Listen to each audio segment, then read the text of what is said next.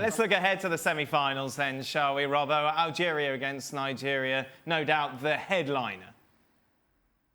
Yeah, I thought Nigeria did well to get into this semi-final. They played well yesterday. Algeria, I still think, are the side that have hit a bit of form at the right time. They've only conceded one goal in the tournament, so they're good defensively. And as Stevie said, they've then got the likes of Mahrez to then go and the dominant players for Guli to go and create as they can do. Nigeria, they need a better performance out of Igalo up front. They need Alex Iwobi at his very best, playing just in behind.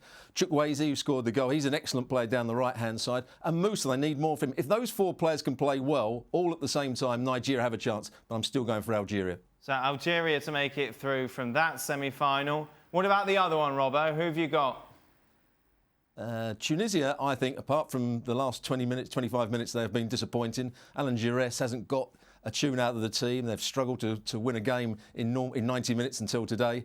So, I think that they're going to really struggle in that game. I think that Senegal have got great depth or great strength through the middle of the pitch.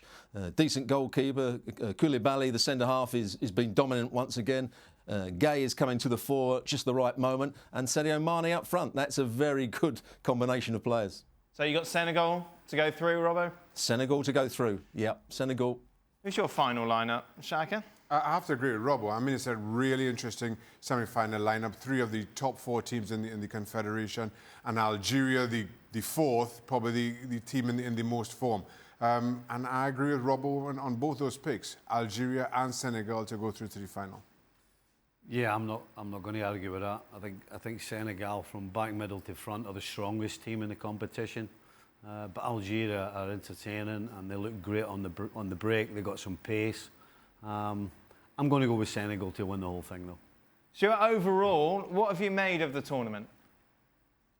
Unfortunately, it's been a little bit disappointing. They've got 24 teams in. It means that you've got the top 2 teams from each group going through, and then the 4th best third-place teams. And the games were played at too slow a pace. I understand the heat, but the pitches have been in excellent condition.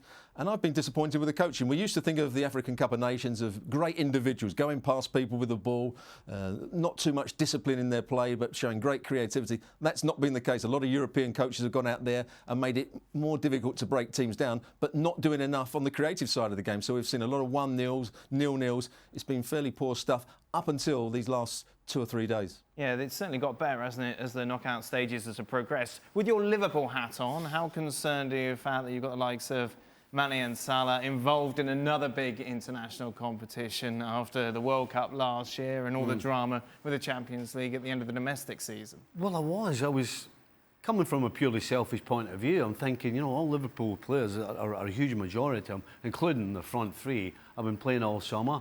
I mean, again, personally, I was not sad to see Egypt go out and Salah can get a bit more of a break. But then you've got Senegal, you've got Mane still playing. Firmino has only just finished. For Liverpool, this is going to be tough for them to turn up at the start of the Premier League season and expect to produce what they did again last season. But then, I understand your concerns, kind of given the struggles of Mo Salah, particularly first half of last season. But you prefer to see the Africa Cup of Nations played in the summer months. And I know it's tougher on the players, given the heat and the conditions, as opposed to taking them away from their clubs, particularly in the height of those big European seasons. So you take that little bit of adjustment as they adjust their calendar. As far as this tournament goes, listen, you had a couple of fairy tale stories in Madagascar and Benin, but on the whole, what you've come to expect of the Africa Cup of Nations, I just don't think any of the bigger nations, Algeria apart, showed up and were anywhere near as good as we expected. So from that perspective, a little bit disappointing. For more, sign up now for ESPN+.